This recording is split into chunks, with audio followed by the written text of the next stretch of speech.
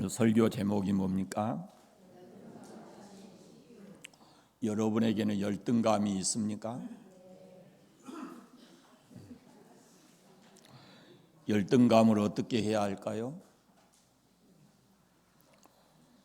열등감은 극복해야 합니다. 왜 극복해야 되는가라는 걸 생각하면 열등감은 우리 인생에 도움이 되지 않습니다. 만약에 열등감이 내 인생에 도움이 된다면 극복할 필요가 없겠죠. 그러나 도움이 전혀 되지 않습니다. 열등감 때문에 불행해하는 사람이 너무 많이 있습니다. 그럼 열등감이 뭘까요? 열등감. 감정입니다. 열등감도 감정인데 우리 안에 두려움이 있고 기쁨이 있고 그러듯이 열등감도 우리 하나의 감정의 부분입니다. 그런데 더 자세히 말하게 되면 나 자신을 다른 사람보다도 못하거나 무가치하다고 스스로 낮추어 평가하고 그런 감정을 가지고 그런 인식을 가지고 세상을 살아가는 태도, 그것이 열등감입니다. 열등감은 이 세상 모든 사람들에게 다 있다라고 합니다. 특별히 심리학자들은 세상 사람 98%가 열등감을 가지고 있고 나머지 2%도 정도의 차이는 있지만은 열등감이 다 있다라고 얘기합니다. 잘생긴 사람도 열등감이 있습니다.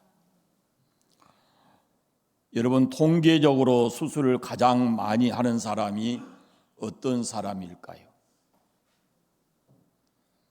못나고 못생긴 사람이 아니고 이만하면 그만하면 됐다, 괜찮겠다, 그런 사람들이 조금 더 좋아지려고 성형을 한다는 겁니다. 똑똑한 사람도 열등감이 있습니다. 평소 자신만만하고 완벽해 보이던 사람도 자기보다 뛰어난 사람을 만난다든지 자기보다 IQ 좋은 사람 만난다든지 또 자기가 어떤 문제에 있어서 실패를 경험하게 되면 그때부터 의기소침해지고 열등감 증세를 보인다 그럽니다. 특히 우리 대한민국 사람들은 공통적으로 가지고 있는 열등감이 하나 있습니다. 그 이름에서 찾을 수 있는데 쉽게 얘기하면은 다리 이름을 들어보세요.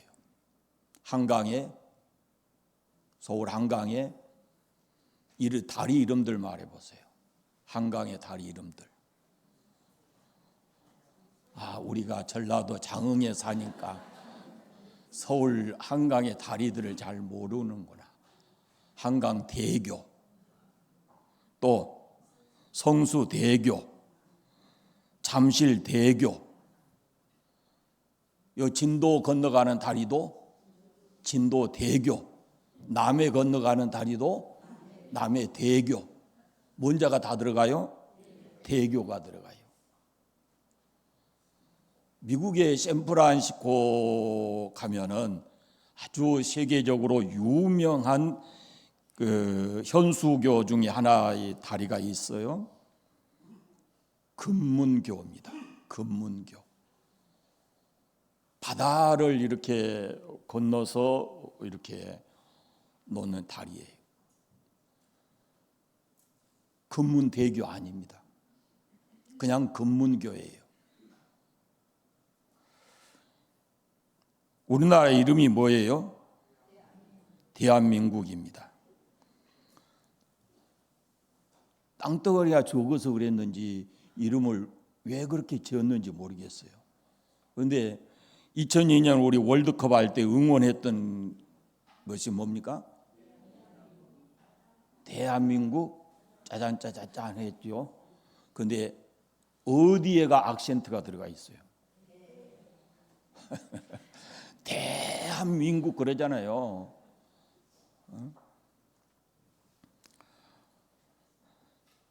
여러분, 사람에겐 누구나 열등감이 있습니다. 예수 믿는 사람에게도 열등감이 있는데 예수 믿으면서 우리가 이 열등감을 그대로 가지고 살아서는 안 되는 거거든요. 수고하고 무거운 짐진 자들아 다 내게로 오라 그랬을 때 그 수고하고 무거운 짐 속에는 날마다 우리의 짐을 져주시는 하나님이라 그랬는데 우리가 지고 있는 그 짐 속에는 인생을 힘들게 하는 여러 가지 무거운 짐들뿐만 아니라 내 인생을 스스로 가치 없게 여기는 상대적으로 그런 열등감도 이것이 그 속에 들어있어요. 열등감은 우리를 불행하게 합니다. 그래서 예수님을 만나서 그 열등감을 축복의 기회로 삼고 행복한 삶을 만들어가는 그런 기회로 우리가 삼아야 되는 겁니다. 여러분, 베토벤 하면은 뭐가 생각이 나십니까? 베토벤 하면은 세계적으로 유명한 작곡가죠, 음악. 그 사람이 청각장애인이라고 하는 것은 사실은 우리가 기억하지를 않습니다. 베토벤 하면은 세계적으로 유명한 작곡가, 음악가 뭐 이런 것을 알고 있죠. 아브라함 링컨 그러면은 뭐가 또 생각납니까? 그분은 노예 해방하고 미국의 남북 통일 전쟁을 끝낸 그런 사람이죠. 아브라함 링컨이 무학자라는 것을 우리는 모릅니다. 그거 기억하지 않습니다. 존 버년이라는 사람을 기억하십니까? 철로 역정을 쓴 존 버년. 성경 다음으로 사람들이 많이 읽혀지는 기독교인들은 반드시 읽어야 될 책. 존 버년이라는 사람은 그 유명한 철로 역정을 썼지만은 그 사람의 저자로 우리가 기억하지만은 그가 감옥에서 평생을 살았다라는 것을 기억하는 사람은 별 없습니다. 아인슈타인, 에디슨 같은 사람들은 지진하였고 무학자였는데 그렇게 기억하는 사람은 없어요. 세계적으로 유명한 발명가 그리고 과학자 이렇게 우리가 기억하고 있습니다. 여러분, 이 사람들에게 열등한 조건이 있어요. 그러나 그것으로 인해서 그 인생을 낭망하지 않고 오히려 그것을 극복하고 성공적인 인생을 살아가는 그런 사람들이었습니다. 오늘 우리가 읽은 말씀 속에 모세라는 사람이 나옵니다. 대단한 인물이죠. 성경에 나오는 수많은 인물들 가운데 어쩌면 구약에서 최고로 꼽히는 인물이기도 합니다. 그런데 그도 한때 열등감에 사로잡혀서 그 속에서 헤어나오지 못하고 살았습니다. 우리가 익히 아는 대로 애굽의 궁궐에서 살았습니다. 그러나 뜻하지 않게 살인자로 몰리게 됐고 살기 위해서 광야로 도망을 쳤습니다. 40년 동안 광야에서 도망자로서의 삶을 살았습니다. 그것이 그에게는 열등감으로 남게 되었습니다. 40년이 지나도록 경제적인 자립을 할 수가 없어서 장인 집에서 더부살이로 이렇게 살았는데 당시에는 있을 수 없는 일이었습니다. 그래서 그것 또한 그에게는 열등감으로 남아 있었을 겁니다. 어느 날 하나님께로부터 그가 부름을 받습니다. 애굽에서 내 백성을 구해라는 명령을 받게 됩니다. 그때 그가 답을 하는 것은 내가 누구이기에 바로에게 가서 이스라엘 자손을 애굽으로 인도하여 내겠습니까? 라고 합니다. 내가 누구이기에 그 한마디 말 속에 모세는 자기 열등감을 드러내고 있습니다. 출신 또 성장해온 그 모든 것들 사실은 자격이 없는 사람이죠. 내가 누구이기에 그때 하나님께서 뭐라고 말씀하시냐면은 내가 반드시 너와 함께 있으리라 말씀하셨어요. 너의 출생이 어떠하든지 너의 과거가 어떠하든지 내가 반드시 너와 함께 하겠다. 너는 하나님이 함께한 소중한 존재다라는 것을 말씀하셔요. 전능하신 하나님께서 나와 함께 하신다라는 겁니다. 그걸 지금 일깨워 주고 있어요. 그것이 열등감을 극복하는 데 놀라운 힘이 되는 거예요. 나는 비록 부족하고 나는 연약하고 다른 사람과 다른 조건을 가지고 있지만 전능하신 하나님이 나와 함께 계신다는 그것이 바로 나의 열등감을 극복해낼 수 있는 힘이 된다라는 것입니다. 모세는 또다시 이렇게 말합니다. 하나님이 나를 너희에게 보내셨다 그러면 그들이 믿고 따라오겠습니까? 라고 말합니다. 그때 하나님이 또다시 말씀하시기를 스스로 있는 자가 나를 너희에게 보냈다 하라 그렇게 말씀합니다. 내가 너를 택했고 내가 너에게 그 일을 맡겼다라는 것을 또다시 일깨워주고 있습니다. 그러나 모세의 열등감은 또다시 나옵니다. 오늘 말씀에 있는 대로 그들이 내 말을 듣지 않고 나를 믿지도 않을 것입니다. 여호와께서 내게 나타나지 않았다고 말씀할 겁니다 라고 4장 초반에서 얘기를 합니다. 모세의 손에 지팡이가 뱀이 됩니다. 너는 이 지팡이 같은 존재이지만은 내가 너를 붙들면 이 지팡이를 통해서 놀라운 역사를 일으킬 것이다 라는 것을 알려줍니다. 나중에 실제로 우리가 그런 모습들을 많이 봅니다. 홍해를 가를 때, 반석에서 물을 낼 때 그때 이 지팡이가 사용이 되었습니다. 그런데 오늘 말씀에 보면은 또다시 변명을 합니다. 주님, 나는 본래 말을 잘하지 못합니다. 내 입이 뻣뻣하고 혀가 둔합니다. 이렇게 얘기하는 겁니다. 사실 지도자가 되려면은 말을 잘하는 것도 대단히 중요한 몫입니다. 유창하게 말을 하는 것, 이것이 사람들의 청중들을 사로잡는 힘이 있거든요. 그런데 스스로 판단할 때 나는 다른 사람보다 말을 못한다고 생각을 했습니다. 그 결정적인 약점을 드러내는 겁니다. 그러나 하나님께서 또 말씀하십니다. 누가 사람의 입을 지었느냐? 이제 가거라. 내가 네 입과 함께 있어서 할 말을 가르쳐 주겠다라고 합니다. 그러자 모세가 또다시 변명합니다. 주님, 보낼 만한 자를 보내십시오. 열등감에 깊이 사로잡혀 있었습니다. 그러나 하나님께서 그때 노하시지만 거기에 대한 대책을 말씀해 주십니다. 내 형 아론이 있지 않냐. 그때 하나님께서 그래 그만둬라. 너 아니면 사람 없냐. 뭐 이렇게 하실 것 같은데 계속해서 반복하면서 그로 하여금 열등감을 극복하고 자신 있게 그 일을 해낼 수 있도록 하나님께서 끝까지 그를 만들어 놓으신 겁니다. 하나님께서는 모세를 포기하지 않았습니다. 버리지 않았습니다. 끝까지 그가 열등감을 극복하고 하나님이 그에게 맡겨주신 위대한 일을 해내게 하셨습니다. 열등감에 사로잡혀 있는 모세를 하나님이 선택하셨고 그 열등감을 극복하게 하셔서 귀하게 쓰셨다라는 말씀입니다.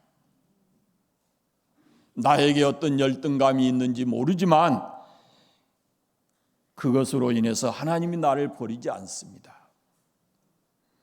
하나님께서는 나로 그 열등감을 극복하고 그리고 성공적인 인생을 살아갈 수 있도록 내게 하나님이 함께 하실 뿐만 아니라 내가 부족한 것은 주변에 누군가를 통해서 그걸 협력하게 해서 하나님의 뜻을 이루어 가시는 분이십니다. 신구약 성경에 보면은 사울이라는 이름을 가진 두 사람이 있습니다. 한 사람은 탁월한 조건을 가졌는데 그는 자신의 열등감을 극복하지 못해서 실패한 사람 있고 또 한 사람은 많은 약점을 가지고 있지만은 그것 때문에 열등감에 빠져 있지 않고 오히려 예수 그리스도의 십자가를 통해서 새로운 사람이 되고 기독교의 위대한 역사를 만들어낸 그런 사람이 있습니다. 첫 번째 사람은 구약 성경에 나오는 이스라엘 초대 왕 사울입니다. 그가 왕으로 선택될 때를 보면 누구도 따라올 수 없는 외모와 환철한 키와 그리고 세상의 권력을 누리면서 사람들로부터 존경을 받았었습니다.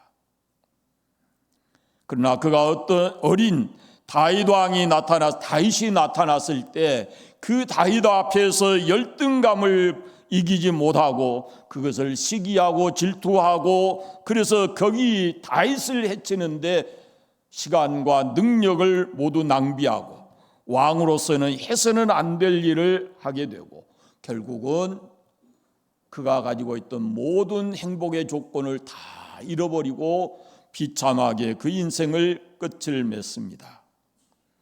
두 번째 사람인 사울은 신약 성경에 나오는 사도 바울을 가리킵니다.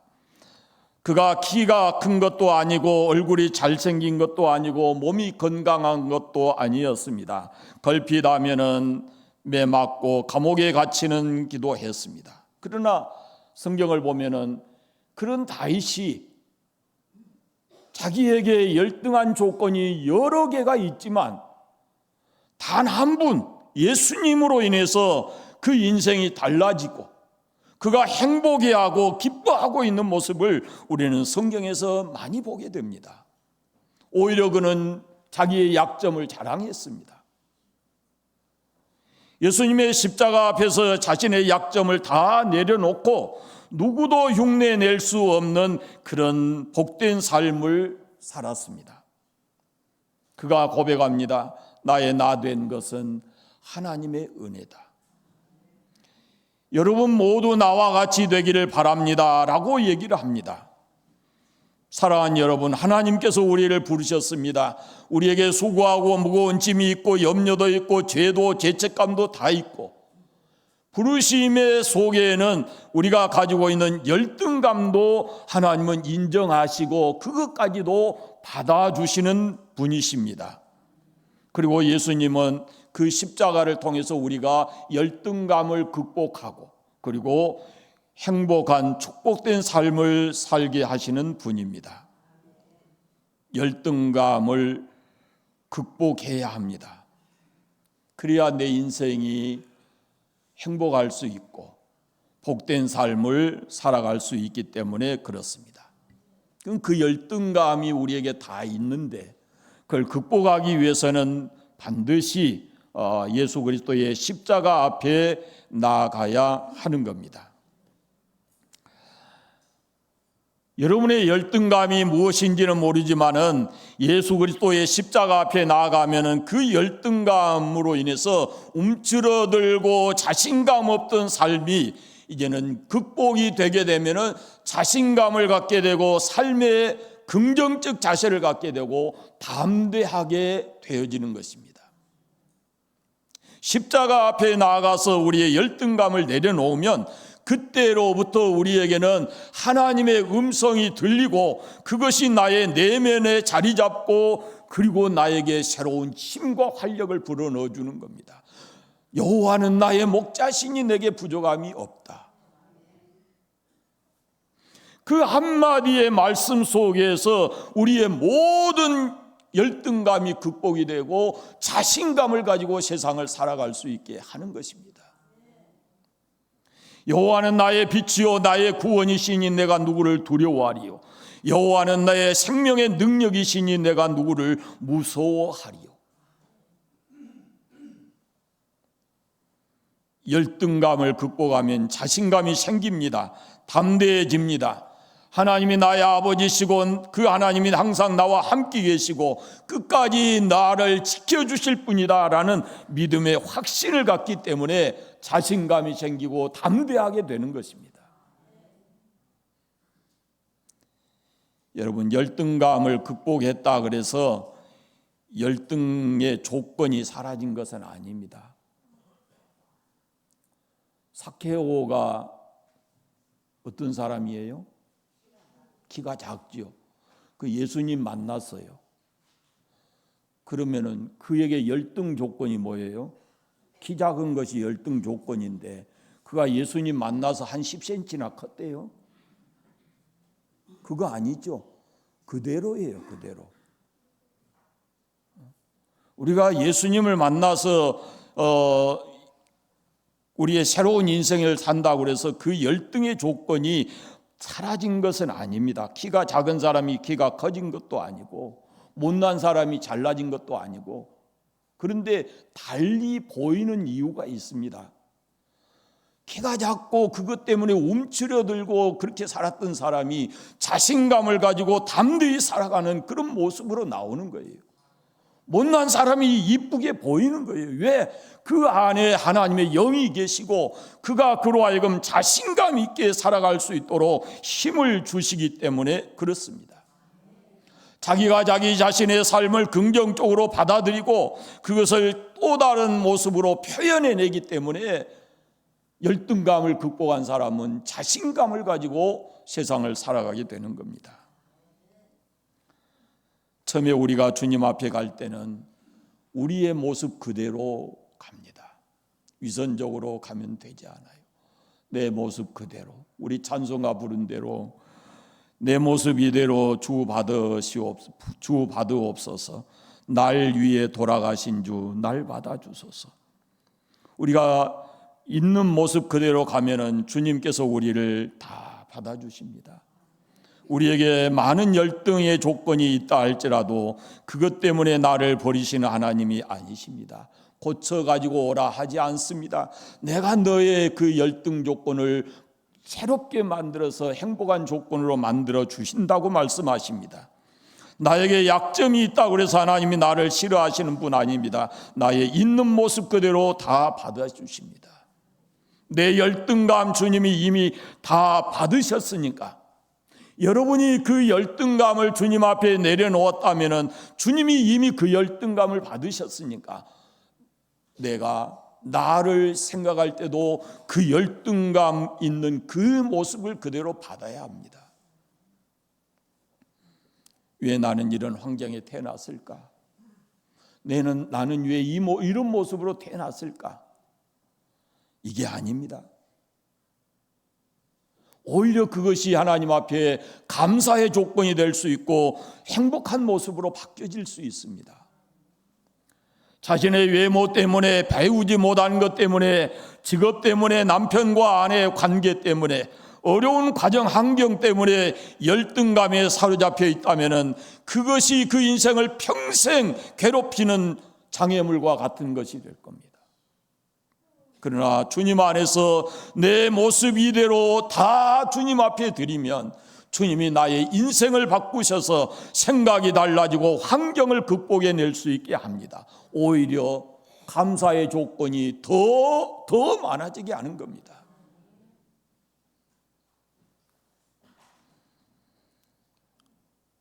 가끔 제가 제 자신을 생각하면 한없이 눈물이 날 때가 많이 있습니다.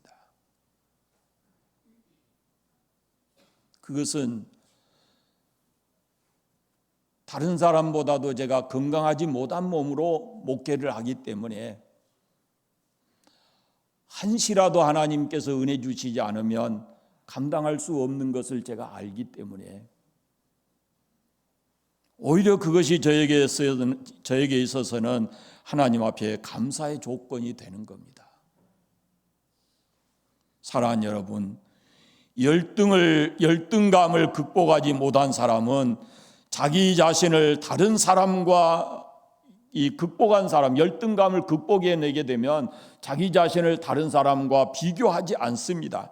내가 나로서 만족하고 나로서 감사하면서 사는 것입니다. 비교의식이라는 것은 하나님 나라에 없습니다. 하나님 나라에서는 우리 한 사람 한 사람이 다 소중한 존재이고 하나님이 위대하신 그런 작품 중 하나이기 때문에 나는 나로서의 자존감을 가지고 세상을 살아가야 하는 겁니다. 열등감에 사로잡혀 있는 사람은 늘 비판적입니다. 그렇게 비판함으로 인해서 자신의 열등감을 덮어보려고 합니다. 그러나 열등감을 극복한 사람은 다른 사람의 좋은 점을 봅니다. 그리고 칭찬하고 격려합니다. 열등감이 비판하게 하고 그 비판함 속에는 결코 행복함이 담겨져 있지 않습니다. 열등감을 극복하고 나면 다른 사람을 비판하기보다 칭찬합니다. 잘했다, 잘 되었구나, 그래 열심히 살아라 하고 다른 사람의 삶을 격려해 줄 수 있고 그를 보면서 함께 웃어줄 수 있게 되는 겁니다. 다른 사람의 잘못을 이해하고 용서할 수 있습니다. 그것이 자기 자신에게는 행복한 삶이 되는 것입니다. 여러분, 열등감 누구에게나 있습니다. 그러나 예수 그리스도 안에서 나의 참 가치를 발견한 사람은 오히려 자신의 열등감 때문에 주를 더 의지하게 되고 그리고 그로 인해서 그 삶이 행복으로 바뀌어지게 되는 것입니다. 열등감을 성공으로, 열등감을 오히려 성숙의 기회로 삼고 오히려 그 열등감 때문에 더 하나님 단단히 붙잡고 의지함으로 인해서 행복하게 되어지는 것입니다. 여러분, 나에게 열등감이 무엇인가를 보십시오. 그 열등감 때문에 여러분이 때로 실패하고 좌절하고 이런 걸 경험하며 살 수 있어요. 그러나 우리가 예수 믿는다는 것은 그 열등감 그것까지도 주님 앞에 내려놓고 그분이 주시는 은혜를 힘입어서 세상을 행복하게 사는 겁니다. 열등감 없는 사람이 없다 했잖아요. 그러니까 우리가 그 열등감을 주님 앞에 내려놓으면 주님이 다 받아주시고 우리로 하여금 그 열등감을 극복하고 행복하게 살아갈 수 있게 합니다. 우리는 하나님의 자녀입니다. 자신감을 가지고 자신 있게 담대하게 긍정적인 삶의 자세를 가지고 세상을 살아가시기를 바랍니다. 때때로 생각나는 자기 자신, 다른 사람과 비교해서 나는 왜 이렇게 못났을까? 나는 왜 이런 모습으로 났을까? 나는 왜 이렇게 살까라고 생각되어지는 사람들, 예수 십자가 앞에 나가셔서 내가 누군지를 보시고 내가 주께로부터 받은 은혜가 어떤 것인가를 보시고 여러분이 그 은혜 안에서 살아가게 됨을 감사하고 행복하게 삶을 살아가시기를 바랍니다. 기도하겠습니다. 하나님 아버지, 감사합니다. 우리를 우리의 모습 그대로 받아주시고 지금까지도 변함없이 사랑해 주시고 은혜 베풀어 주시니 감사합니다. 우리 안에 있는 열등감, 예수 그리스도의 십자가의 은혜로 극복되게 하시고 우리가 모두 다 주님으로 인해서 우리 행복하고 자신감 있게 세상을 살아갈 수 있게 하여 주옵소서. 십자가 안에서 나의 자존감을 찾게 하시고 그리고 세상을 긍정적으로 보고 힘있게 살아가는 저희들 되게 해주시기를 간절히 원하옵고 기도합니다. 환경 때문에 우리의 모습 때문에 낭망하고 좌절하지 않게 하시고 십자가 단단히 붙잡고 한 걸음 한 걸음 우리 살아가는 모든 삶이 행복하게 하여 주시옵소서. 판산교회에 속한 모든 성도들의 삶이 어디에서나 세상 사람과 달리 행복한 삶이 되도록 축복하시고 함께해 주시기를 간절히 원하옵고 예수님 이름으로 기도드립니다. 아멘.